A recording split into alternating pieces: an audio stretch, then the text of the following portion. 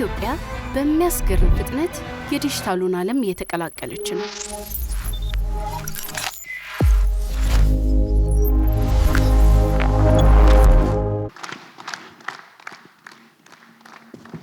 ክቡር ጠቅላይ ሚኒስትር ዶክተር አብይ አህመድ፣ ክቡራትና ክቡራን እንኳን ለዚህ መድረክ በሰላም ተገናኘን ለማለት እወዳለሁ። እንግዲህ በዲጂታል ኢትዮጵያ 2025 እና አሁን ልንጀምረው ባሰብነው በዲጂታል ኢትዮጵያ 2030 ሁላችሁም እንደምታውቁት ዲጂታሊ ኮኔክትድ እየሆንን በተለይም ሁሉም ነገር እጃችን ላይና ስልካችን ላይ ያለቀ ያለበት ዘመን ነው። በዚህ ዘመን የሳይበር ደህንነት ምን ላይ ነው ያለው፣ ምንስ ይጠበቅብናል የሚለውን በወፍ በረር አስቃኛቸዋለሁ። እንግዲህ ሁላችንም እንደምናውቀው የሳይበር ደህንነት ጉዳይ የትሬት ላንድስኬፑ በጣም ሪስኪ የሆነ አንኤቨር ኢንክሪዚንግ ሪስክ እየተባለ ያለበት ዘመን ነው። ይሄ ማለት የሳይበር ደህንነት ጉዳይን ለነገ ብለን የምንተወው ጉዳይ ወይም ዲጂታላይዜሽንን ካመጣን በኋላ ኦን ዘ ቶፕ የምናመጣው አይደለም ማለት ነው። ሶ በዚህ ረገድ ሳይበር ደህንነት በተለይ የክሪቲካል ናሽናል ኢንፍራስትራክቸር ቁልፍ ተቋማቶቻችን ምን ላይ ነው ያሉት፣ እንዴት ነው ሴፍ ጋርድ የምናደርጋቸው የሚለውን ጉዳይ በንቃት ማየትን ይጠይቃል ማለት ነው። በሁለተኛነት ኢኖቬሽን፣ ስታርታፕ፣ ዲጂታይዜሽን እያደገ እንደመምጣቱ ሴኪዩር መሆን አለበት የሚለውን አውድ የሚያስቃኘን ነው ማለት ነው። ይሄ እንግዲህ ኢኮሲስተሙ እያደገ ሲመጣ ዲጂታይዜሽን እየሰፋ ሲሄድ በእያንዳንዱ ኢኖቬሽን ውስጥ ራስን መቻል ሀገርን ማሳደግ እንዳለ ሁሉ ደህንነቱን መጠበቅ ደግሞ ትልቅ ፒላር ሆኖ ሊዳሰስ ይገባል ማለት ነው። በሶስተኛነት ይሄን ሁሉ ነገር ስናደርግ ዲጂታሊ ኦንላይን ስንወጣ ዜጎቻችን፣ ተቋማቶቻችንና አጠቃላይ ዲጂታል ኢኮኖሚው ደህንነቱ የተጠበቀ እንዲሆን መስራትና ዲጂታል ትረስትን መፍጠርን ይጠይቃል ማለት ነው። ሶ ዲጂታል ኢትዮጵያ 2025 ላይ በቴክኖሎጂው ረገድ ያገኘነው ስኬት እንዳለ ሆኖ በሳይበር ደህንነት ምን ምን ጉዳዮችን አሳክተናል ብለን ለማየት ያክል የሳይበር ደህንነት በዲጂታል ኢትዮጵያ 2025 አስቻይ ሚና ይዞ ስትራቴጂክ ፒላር ሆኖ ተቀርጾ እንደነበር ሁላችንም እናስታውሳለን። ይህ እንግዲህ አስቻይ ሚናን ይዞ ሲሰራ ምን ምን ጉዳዮችን ዳሰናል፣ ምን ነገሮችን አሳክተናል የሚለውን ስናይ በሳይበር ደህንነት ዘርፍ በተለይ ቁልፍ የምንለውን ፋውንዴሽናል የኢንፍራስትራክቸር ጉዳይ ባለፈው የስትራቴጂክ ዘመን አሳክተናል ማለት ነው። ሁላችሁም እንደምታውቁት የፐብሊክ ኢንፍራስትራክቸር የምንለውን መሰረተ ልማት ባለፈው የዲጂታል ዘመን አዛክተን ወደ ስራ አስገብተናል። በዚህም ለኤሌክትሮኒክ ፓስፖርት አገልግሎት ተግባር ላይ ያውለናል። ለፋይዳ ሲስተምና በቅርቡ አስመርቀን ወደ ስራ ላስገባ ነው ኤሌክትሮኒክ ደረሰኝ ስርዓትም የራሳችንን ዲጂታሊ ሳይን ያደረግነው ሰርቲፊኬት እየተጠቀምን ዲጂታል ትረስትን በሴክተሩ ጀምረናል ማለት ነው። ሌላው እንግዲህ ቅድም ሲገለጽ እንደነበረው የራሳችን የሆነ ሶቨሪን ክላውድ ሊኖረን ይገባል በሚለው ሴክተርም ከሌሎች ቁልፍ ተቋማት ጋር በጋራ በመሆን የራሳችን የሆነ ለሳይበር ደህንነቱ ተደራሽ ሊያደርግበት የሚችለው የክላውድ መሰረተ ልማትም ገንብተን ለአንዳንድ ክሪቲካል ተቋማት የዲዛስተር ሪከቨሪ ሳይት ሆኖ የሚያገለግል የክላውድ መሰረተ ልማትም ሰርተናል ማለት ነው። እንግዲህ የዲጂታል ኮኔክቲቪቲያችን በጨመረ ቁጥር የሳይበር ክራይም እና የፍራውድ ጉዳይ ደግሞ በጣም እያደገ የመጣበት ዘመን ነው። ለዚህ ለሎ ኢንፎርስመንት ተቋማት በተለይ ለፖሊስ እና ለሌሎች መረጃ ለሚፈልጉ አካላት ይሄንን በቴክኖሎጂ የሚደርስ ጥቃትን ወይም ወንጀልን ከመከላከል አንጻር የራሳችን የሆነ ዲጂታል ፎረንሲክ ላብ አስመርቀን በዚሁ የስትራቴጂ ዘመን ወደ ስራ አስገብተናል ማለት ነው። ክሪቲካል ኢንፍራስትራክቸርን መጠበቅ ስንል 24/7 የሳይበር አውዱን መጠበቅን ይጠይቃል ማለት ነው። ይሄ እንግዲህ በዋናነት የኢትዮ ሰርት የምንለው የሳይበር ክስተቶች አደጋ ሲደርሱ ምላሽ የምንሰጥበት ማዕከልንም የማስፋፊያ ስራ ያከናወን ነው ባሳለፍነው የስትራቴጂ ዘመን መሆኑን ለማንሳት ነው። በተጨማሪም ቴክኖሎጂዎችን፣ ኢንፍራስትራክቸሮች፣ መሰረተ ልማት ካስፋፋን በኋላ በተለይ የሳይበር ደህንነት ፖሊሲዎች፣ አዋጆች እንዲሁም ጋይድላይንስ ማውጣትና መተግበርን ይጠይቅ ነበር። ሌላው እነኚህን ቴክኖሎጂ መታጠቅ አሰራር ስርዓቱን ማዘመን በራሱ ሳይበር ደህንነትን አያረጋግጥም። ሶ በሶስተኛነት በዋና ፒላር አድርገን የሰራ ነው ሰው ላይ ነው። ሶ የሂውመን ካፓሲቲ ዴቨሎፕመንቱን ስናይ በሁለት መልኩ ሰርተናል ማለት ነው። አንደኛው በሬጉላር የሳይበር ደህንነት ፕሮግራሞች ከአዲስ አበባ ዩኒቨርሲቲ ጋር እዚህም አዳራሽ ውስጥ የምትገኙ የመጀመሪያውን ባች 40 ግራጁዌትስ በማስተርስ እና በፒኤችዲ አስመርቀናል ማለት ነው። ሁለተኛ በክረምትና በቅዳሜና እሁድ ፕሮግራም ከ1500 በላይ ታዳጊዎችን በሳይበር ደህንነት ጉዳይ ሀገራቸውን የሚጠብቁ ዘብ መሆን የሚችሉ ከመላው ኢትዮጵያ የተውጣጡ ታዳጊ ልጆችን ማልማትም ችለናል ማለት ነው። እንግዲህ ይሄ ሁሉ ተደምሮ ምንን አምጥቷል በዲጂታል 2025 ዘመን ካለን ግሎባል ኢምፓክቱን ማየት ያስፈልጋል ማለት ነው። እንግዲህ ተወዳዳሪ ነን በዓለም አቀፍ አውድ የምንሰራ እንደመሆናችን የሳይበር ሴኩሪቲ ኢንዴክስ አይቲዩ ወይም ኢንተርናሽናል ቴሌኮሙኒኬሽን ዩኒየን በየአመቱ ይለካል። በዚህ ረገድ ከዲጂታል ስትራቴጂ ዘመኑ በፊት ከነበርንበት 34 በአሁኑ ሰዓት ወደ 76.3 አድገናል ማለት ነው። ይሄ ኢነብለር የሚባለው ቲር 3 ደረጃ ላይ ነው ያለነው በዓለም አቀፍ መለኪያ የሚለውን ማየት ያስፈልጋል።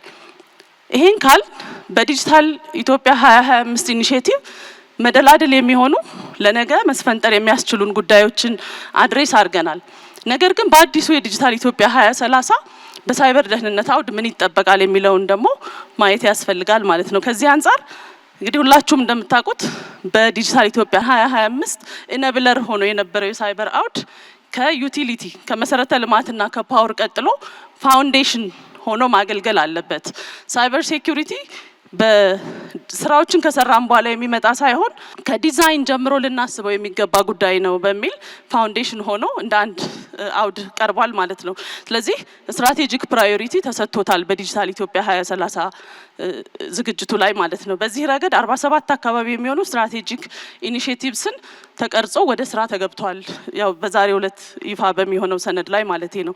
ሶ በዚህ ረገድ 5 ሜጀር ኢኒሼቲቮች በዲጂታል 2030 ስናሳካ ምን ላይ እንደርሳለን የሚለውን ለማየት ያክል የመጀመሪያው አይበገሬ የሆነ ቁልፍ መሰረተ ልማቶች ሁላችሁም እንደምታውቁት የዲጂታል የመንግስት አገልግሎት፣ የትምህርት ስርዓት፣ ግብርና፣ ጤና ሁሉም ሴክተር የሚጠቀመው መሰረተ ልማት ደህንነቱ የተጠበቀና በቁልፍ ተቋማት ላይ የሚቃጡ ጥቃቶችን የሚበግር ሊሆን ይገባል በሚል አንድ ፒላር አድርገን ይዘናል ማለት ነው።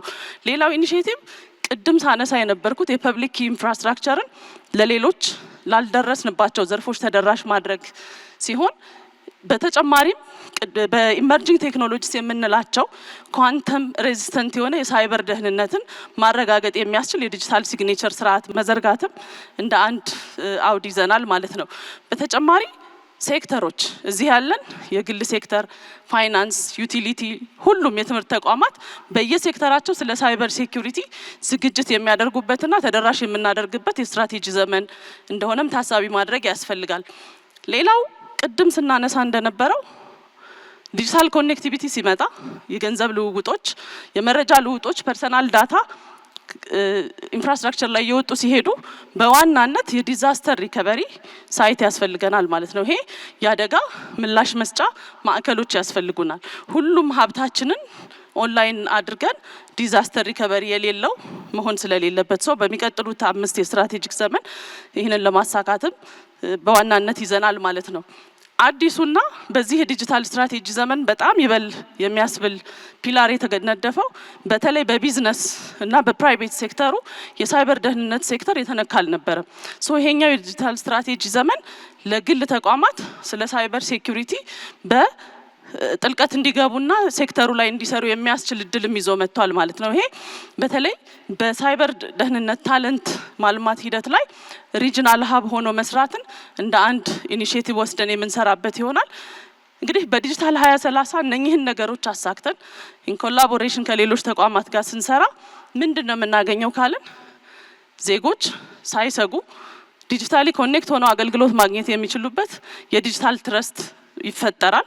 ሁለተኛው እንደ ሀገር ሉዓላዊ ዲጂታል ሉዓላዊነትን የምናረጋግጥበት በተለይ ቅድም መግቢያ ላይ ሲገለጽ እንደነበረው በራሳችን አቅም የሚለሙ መሰረተ ልማት ፕላትፎርሞች፣ ሌሎችም ሞባይሎችን ጨምሮ ማለት ነው ጋጀትስ ስናሳካ ሀገራችን ዲጂታሊ ሉዓላዊ ሆነች እንላለን ማለት ነው። እሱንም ኤክስፔክት እናደርጋለን። በሶስተኛነት የሳይበር ሴኩሪቲ ኢንዴክሳችንን ከ95 በላይ በማድረስ አሁን ካለንበት 76 የሮል ሞዴል ኢኒሼቲቭ ላይ የምንገባ ይሆናል ማለት ነው። እንግዲህ ይሄን ስንሰራ አልጋ ባልጋ ሆኖ እናሳካዋለን ብለን አናስብም። ነገር ግን ፎከስ ኤሪያችን ምን ላይ ሊሆን ይገባል የሚለውን ለማንሳት ያክል የመጀመሪያው በሳይበር ደህንነት ዙሪያ አዌርነስ ንቅናቄዎችን መፍጠር ይፈልጋል። ይሄ በጋራ የምንሰራቸው የጀመርናቸው ስራዎች ናቸው ማለት ነው። ሌላው እዚህ ያለን አመራሮችም ባለሙያዎችም በተለይ ቴክኖሎጂ ላይ ያለን ለሳይበር ሴኩሪቲ የምንሰጠውን እይታ ፕራዮሪታይዝ የማድረግ ጉዳይ ይፈልጋል ማለት ነው። ከዚህ ውጭ የሳይበር ደህንነት ባለሙያዎች በተለይ የግል ሴክተር የትምህርት ተቋማትና አካዳሚያ በርብርብ በመስራት ልናሳድገው የሚገባ ዘርፍ እንደሆነም በትኩረት ተነስቷል ማለት ነው። ሌላው በተለይ ከፍሬምወርኮች የሚወጡ አዋጆች፣ መመሪያዎችን በኮምፕላያንስ ከማሳካት አንጻር ያሉ ክፍተቶችን በጋራ ሆኖ መድፈንና መጠቀምን የሚጠይቅ እንደሆነ ለማንሳት ነው። እንግዲህ እነኚህን ጉዳዮች ቻሌንጆቻችንን ተወጥተን በዲጂታል ኢትዮጵያ 2030 ስለ ሳይበር ደህንነት ስናወራ ምን ምን ጉዳዮችን ነው እዚህ ያለን ሰዎች ይዘን ልንሄድ የሚገባ የሚለውን ካየን የዲጂታል ካውንስሉ የመሪነት ሚናውን ወስዶ አቅጣጫ የመስጠት የማስተባበር ሮል ይኖረዋል። ኢንሳ በሳይበር ደህንነት ጉዳይ ሊድ የማድረግና ኮኦርዲኔት የማድረግ ማንዴት አለው ማለት ነው። ሬጉላቶሪስ በተለይ ይህን ኢምፕሊመንት የምናደርግ እዚህ ያለን ተቋማት ደግሞ ኢንፎርስመንት እና ኮላቦሬት የማድረግ የመተባበር በሳይበር ደህንነት ዙሪያ የራስ አድርጎ መስራትን የሚጠይቅ እንደሆነ አካዳሚያ ቅድም አንስቼዋለሁ። ቁልፍ መሰረተ ልማቶች የአሎኬሽን ኦፍ ሪሶርስ ወይም ሪሶርስ የመመደብ ሳይበር ደህንነትን የቤት ስራ አድርጎ መውሰድና በኮላቦሬሽን የመስራት ለኮምፕላያንስ ሬዲ የመሆን ጉዳይን የሚጠይቅ እንደሆነ ለማንሳት ነው። እንግዲህ ይሄም ብዬ የሪጂናልና የፌዴራል ተቋማት ደግሞ ምንድነው የሚጠበቅባቸው የሚለውን ስና የመጀመሪያው አደረጃጀቶች ያስፈልጋል። ሳይበር ደህንነት ከአንድ ማዕከል የሚሰራ እንዳልሆነ ማሰብን ይጠይቃል ማለት ነው። ሌላው ሪሶርስ አሎኬት ማድረግ የሊደርሺፕ ኮሚትመንት ይፈልጋል። በሲ ለብል ያሉ አመራሮች ሳይበር ደህንነትን አብረው ከእያንዳንዱ የዕለት ተዕለት ስራቸው አስተናስለው ማየት መምራትን ይጠይቃል ማለት ነው። ሌላው ኮላቦሬሽን ቅድም ስላነሳሁት በዛው የሚታይ ይሆናል። ኮሚኒቲ አዌርነስ ላይ ለሌሎች ንቃተ ህሊና በምንሰጥበት አግባብ በጋራ ሆነን ከሰራን ሁሌ እንደምንለው የሳይበር ደህንነት የጋራ ኃላፊነት ነው። ስለዚህ በጋራ ተባብረን ዲጂታል ኢትዮጵያ 2030 ላይ ዲጂታል ትረስትን ፈጥረን የሚሳካበት ዘመን እንዲሆን በዚሁ እጠይቃለሁ። አመሰግናለሁ።